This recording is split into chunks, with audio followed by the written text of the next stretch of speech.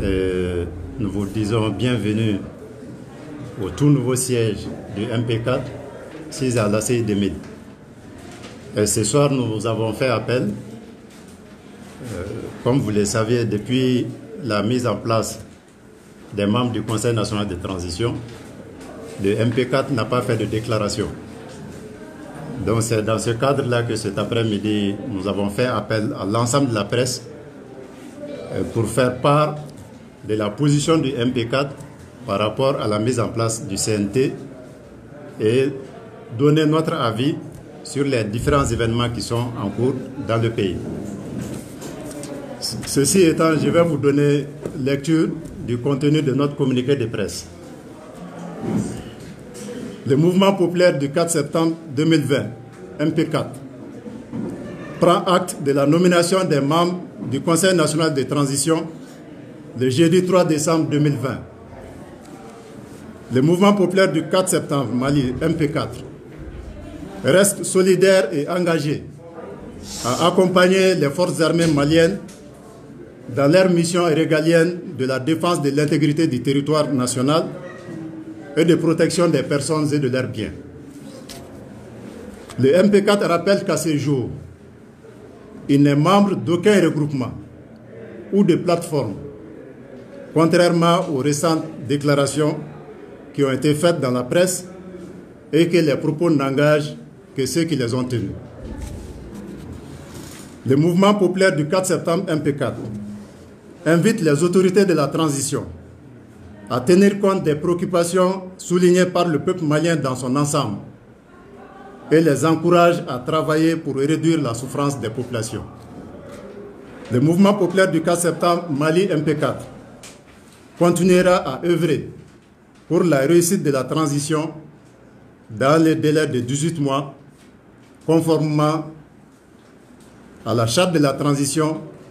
et à la feuille de route qui sont issues de la concertation nationale des 10, 11 et 12 septembre 2020. Le mouvement populaire MP4 entamera dans les prochains jours un vaste programme d'implantation de ces démembrements sur toute l'étendue du territoire national ainsi qu'à l'extérieur du Mali. Fait à Bamako le 11 décembre 2020 pour le bureau exécutif national du mouvement populaire du 4 septembre. Je vous remercie.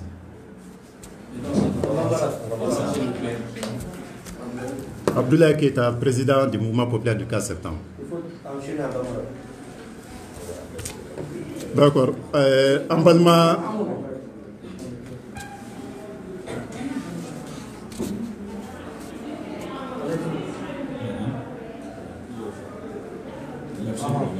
D'accord. Emballement pour nous dire là, ani muso an b'a fɔ ye aw bisimila MP4 jabala la ACI kɔnɔ yan komi aw bɛɛ b'a kalama kabini CNT bilala sen kan n'o ye Conseil national de la transition ye MP4 kun ma bɔ ka ɲɛfɔli kɛ a ka hakilina ye mun ye nin ko in kan donc o de hukumu kɔnɔ an ye kunnafonidilaw wele an ka siège la wulada nin na k'a yira u la k'a fɔ Conseil national n'a bilala sen kan alamisadon décembre kalo tile 3 MP4 ye a décision ye. Le MP4 a pris acte de cette nomination. O hukumu kɔnɔ MP4 a bɛ to a ka hakilinaw kɔfɛ n'o ye Mali finitigiw an tɛ finitigi bɔ finitigi la u bɛ wulikajɔ min na ka se ka jamana lakanda ka jamanadenw lakisi k'u bolofɛnw lakisi an bɛ to o wulikajɔ in kɔfɛ yaasa maliyɛnw bɛɛ bɛ se ka lafiya sɔrɔ u ka sigida la. MP4 b'a yira k'a fɔ nin tile fila in na kumakan dɔw bilala bɔlɔlɔ sanfɛ k'a fɔ ko mouvement kura dɔ bɛ sen na ko yaasa ko MP4 na kɛ o maa dɔ ye donc an b'a yira bɛɛ la k'a fɔ MP4 tɛ mouvement na a tɛ regroupement foyi la mɔgɔ minnu y'o kuma fɔ presse kɔnɔ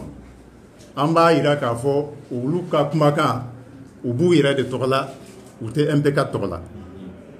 donc k'a ɲini an ka fanga kura tigilamɔgɔw fɛ n'o ye transition mɔgɔw ye wulikajɔ caman bɛ jamana kɔnɔ haminanko caman fɔlen don jamanadenw fɛ donc an bɛ welewele bila u ma jamanadenw ka haminanko u k'u cɛsiri ka se ka nɔgɔya don o kow la walasa maliyɛnw bɛ se ka lafiya parce que malidenw sɛgɛnna an b'a ɲini transition ɲɛmaaw fɛ k'a fɔ MP4 a bɛ continuer k'u dɛmɛ pour que transition fanga in kalo 18 in kɔnɔ a ka se ka kun cɛ kalafiliw ka kɛ basigi kɔnɔ ɲɛmaa kuraw ka sigi walasa jamana k'a yɛrɛ sɔrɔ i n'a fɔ concertation y'a jira cogoya min na septembre kalo tile 11 ka na se tile 12 ma 2020 donc MP4 bɛ mun ɲini o de ye k'a jira maliyɛnw bɛɛ la k'a fɔ don nataw la a tɛna janya tuguni an kɛlen don ka labɛnw bila sen kan Bamakɔ Mali kɔnɔ ani Mali kɔ kan ka se k'an ka lasigidenw bila fan bɛɛ fɛ k'an préparer ka bila wulikajɔ minnu kan ka kɛ jamanajɔ sira fɛ pour que an jɔyɔrɔ ka se ka bonya o ko la kosɛbɛ donc o de ye aw ka wele kun ye wulada in na k'a yira u la k'a fɔ MP4 bɛ yan a b'a ka baara la a ka baara tɛ dɔwɛrɛ ye ka se ka fɛɛrɛ ni dabaliw tigɛ jamana in bɛ se ka basigi jamana in bɛ se ka yiriwa pour que jamanaden bɛɛ ka balo kɛ hɛrɛ kɔnɔ i bɛ sigida o sigida la o kumakan de tun bɛ yen ka lase jama ma hakɛto bɛ kuma kan ala sababu bonya b'a la ne ye Abdoulaye Keita ye MP4 bureau ɲɛmɔgɔ merci bien.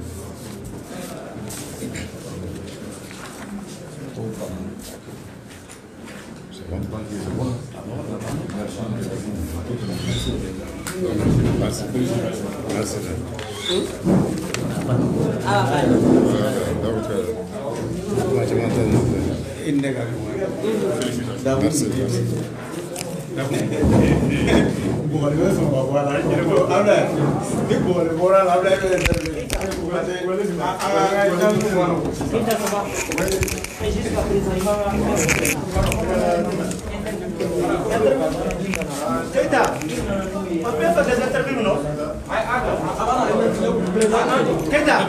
D'accord, Malien wa bɔra ka kɔrɔfɔ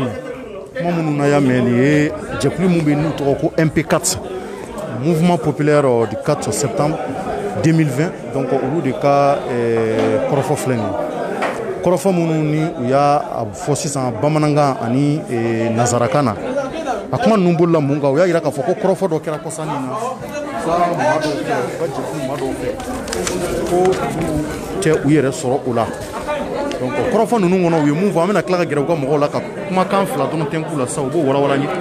o la an bɛ sɔrɔ k'a kuncɛ u ko le mouvement populaire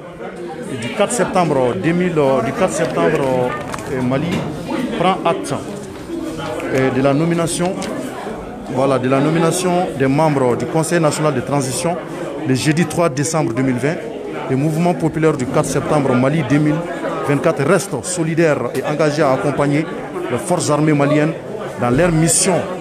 régalienne de défense de l'intégralité du territoire et de la protection des personnes et de leurs biens. Donc, on a dit que le monde a fini ka se ka u dɛmɛ cɛmancɛ fanga mun n'a bɛ sen ka nin waati in na mun b'a to ka se ka lakana ka se ka o bonya ani hɛrɛ ɲuman ko o sabati Mali fanda ani naani fɛ donc o ko le MP4 rappelle qu'à ce jour il n'est membre d'aucun regroupement ou de plateforme contrairement aux récentes déclarations qui ont été faites dans la presse et que les propos n'engagent que ceux qui les ont tenus ko olu ka nin jɛkulu ni o ye MP4 ye ko u bi hakili jigin kɛ k'a fɔ ko k'a ta bidonya in na fo kana bila waati wɛrɛ la olu faralen tɛ jɛkulu foyi kan u faralen tɛ plateforme si kan ni o ye hakilila wɛrɛw ye donc ko k'a jira k'a fɔ olu bɛ bɛɛ ladɔnniya k'a fɔ ko kumakan minnu n'a fɔra nin waati in na k'a fɔ ko MP4 olu ka jɛkulu k'a ni maa wɛrɛ farame ɲɔgɔn kan ko u ni mɔgɔ tɛ faralen tɛ ɲɔgɔn kan hakilila min bɛ olu la o ye ka se ka camancɛ fanga in k'a lafasa fo ka taa kɛ hakilila minnu ni a sera ka sɔrɔ a la ni o ye ka se ka jamana in bɔ dingɛ kɔnɔ cogo min donc nin ko de tun bɛ bi MP4 ye jɛkuluba ye jɛkulu min bɛ yen ko u sigira IBK ka fanga bilen kɔfɛ donc a yɛrɛ bɔra k'u ka kɔrɔfɔw mɛn u ye mun fɔ k'a jira nin waati in na donc an b'a lajɛ ka kuma fila ka tɛnku ka mɔgɔ damadɔ la u ka se ka fɛn fɔ ni fɛn min bɛ hali bi k'an bɛ se ka faamuyali ɲuman sɔrɔ a la donc a yɛrɛ bɔra k'a ye Maliko la nin waati in na kow buntilen don kosɛbɛ donc an bɛ mun fɔ dɔrɔn hali bi Ala ka laɲiniw sabati laɲini ye mun ye Ala ka bɛɛ sabati Maliko la o de y'an ka wulikajɔ ye.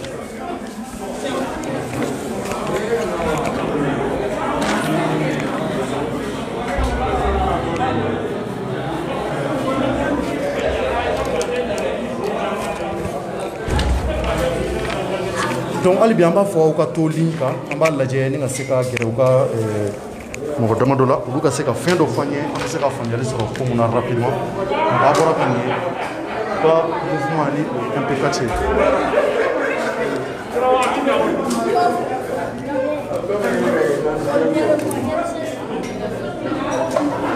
Salam alaikum. Somɔgɔw bɛ di an bɛ se ka dakuru fila sɔrɔ wa. Problème foyi t'o la karamɔgɔ o jamu duman. Corno Ndiaye.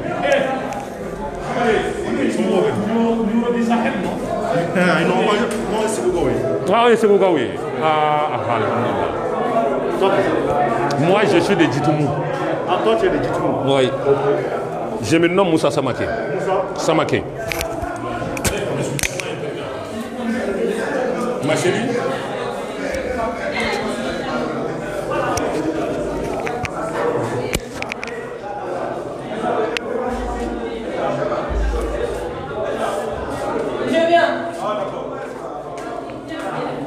Voilà, donc le fa nya ye ko ka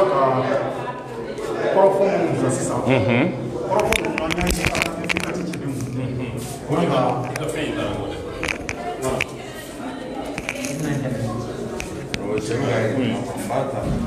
Ngolo Makari.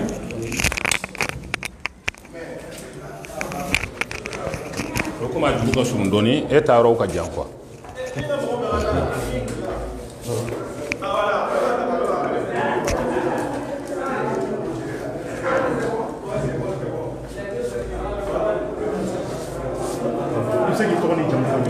Ne tɔgɔ ye Musa Samake. Kosɛbɛ. Kosɛbɛ kosɛbɛ. Ndiri ni y'a ɲininka an b'i jaabi ni ko n b'a la a bɛ bɛn k'a fɔ aw ye ne yɛrɛ maa min ye diɲɛ ko hali du sigili hakilina ye maa dɔ de ka baara ye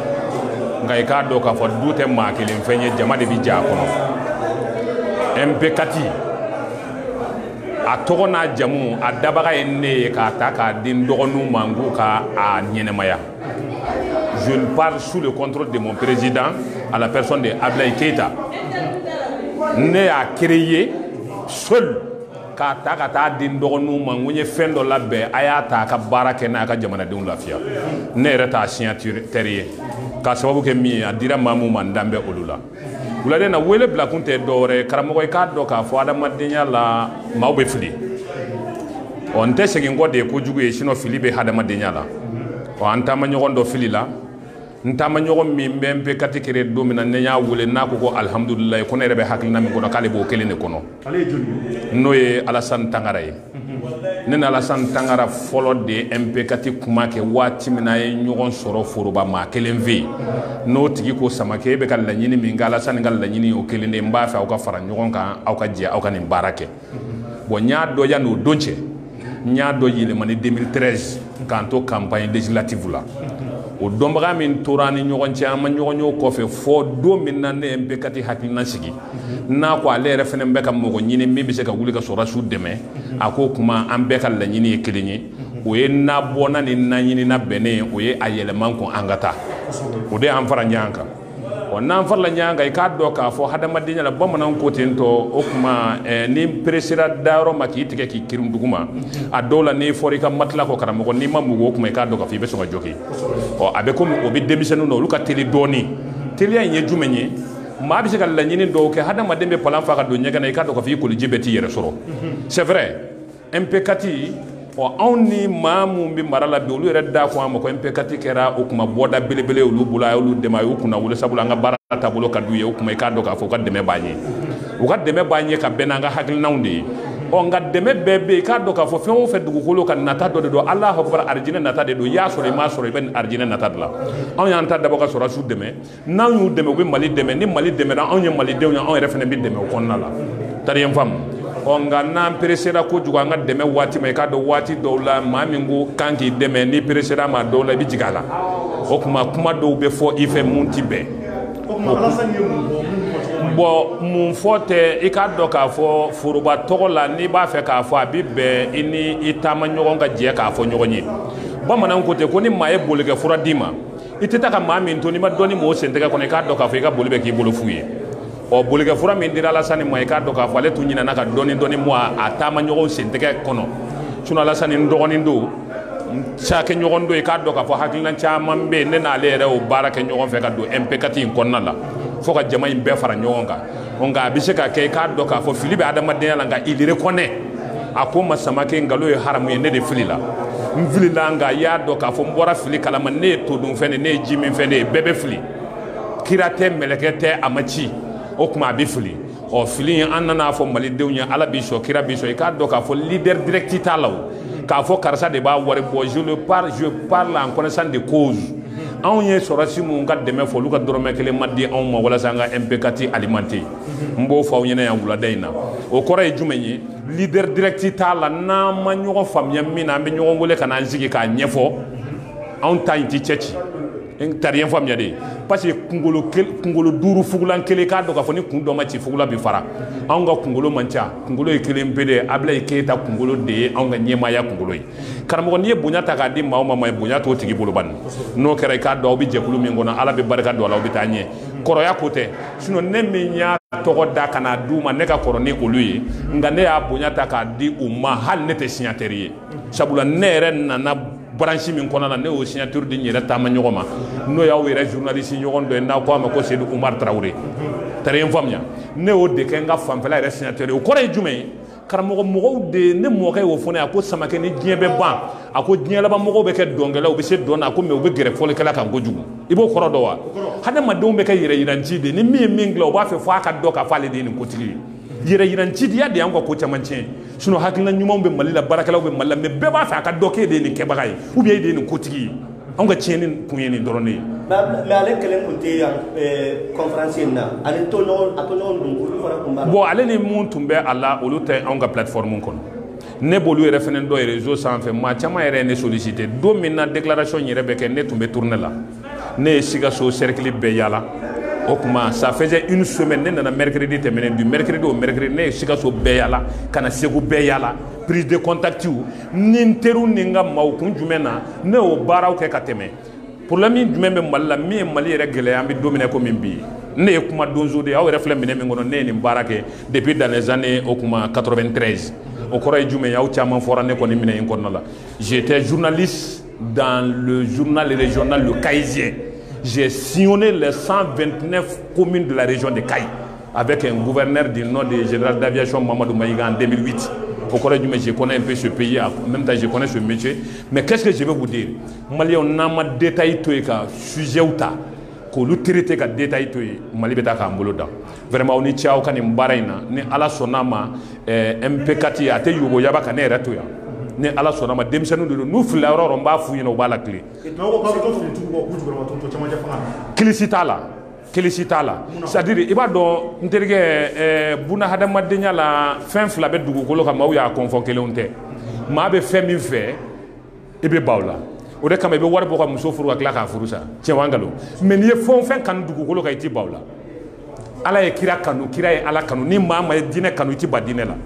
mais n'i kɛra diinɛ fɛ i bɛ ban a la kɛn fɛ ye jumɛn i fa ko k'i ka sali n'a tɛ yɔrɔ min na i t'i sali nka n'i fa ye seli nafa f'i ye ni seli kanubaya nana don i dusukun na i fa bɛ i fa tɛ i bɛ seli tiɲɛ wa nkalon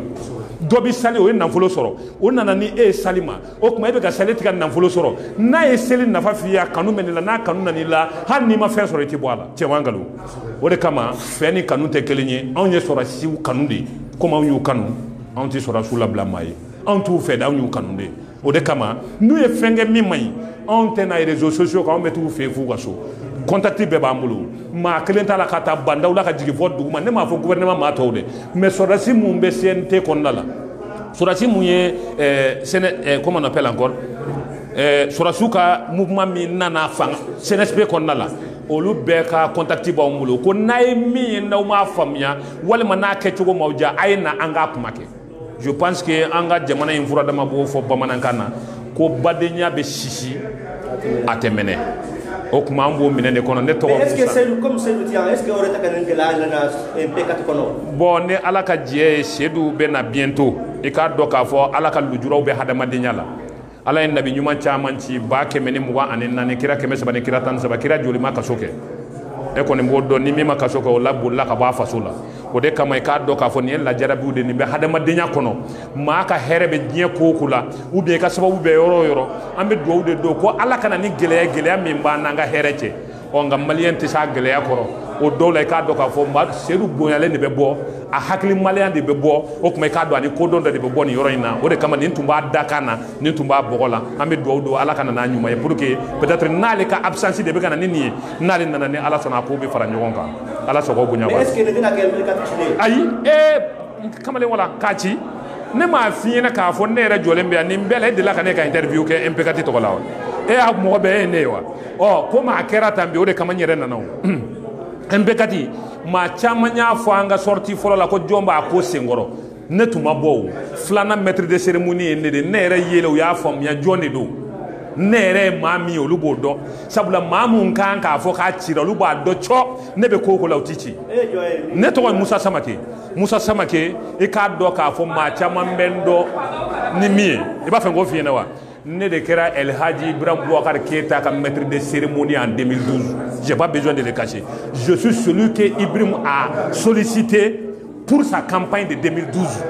moi j'étais à la première ligne a ka micro bɛ ne de tɛgɛ o tuma i k'a dɔn k'a fɔ kana sigi fanga la i ye nin yɔrɔ in faamu wa o de kama ne ye fɛn o fɛn dilan maa o maa kan k'i kun bɔ k'a fɔ k'a cira olu b'a dɔn k'a fɔ ne ye fɛn o fɛn dilan o ma ci ne y'o fɔ dɔ b'a f'i ɲɛna ko Ibrahim dun binna a ye RPM maaw ɲininka ko n ye mun fɔ Ibrahim ye yan'a ka bi Ibrahim sigilen tun bɛ yen bamanan ko ten n ye min fɔ a ye ne ko a ma n k'an bɛ boli min na n ko boli sera bili sanfɛ n'an ma jigin dugu ma joona i k'a dɔn k'a fɔ bilikan boli bɛ laban dugu ma o tuma bɔn i k'a dɔn k'a fɔ miyɛtɔ dala kuma tɛ minɛ sogo bosiyɔrɔ la an b'o minɛ de kɔnɔ hakɛto bɛ nin ka sala la ma merci an ba merci. Ok. Merci beaucoup. Donc, Mali a bɔra ka sama k'i ka kɔrɔ fɔ mais ale de ye MPKT tigi ye. An bɛ vidéo tigɛ k'a fɔ aw ye an bɛ ɲɔgɔn sɔrɔ inshallah waati wɛrɛ donc pour que hali bi an bɛ se ka ko minnu kɛ an ka se ka o laɲini k'a yira k'a fɔ MPKT kɔni min ye o jɛkulu ye.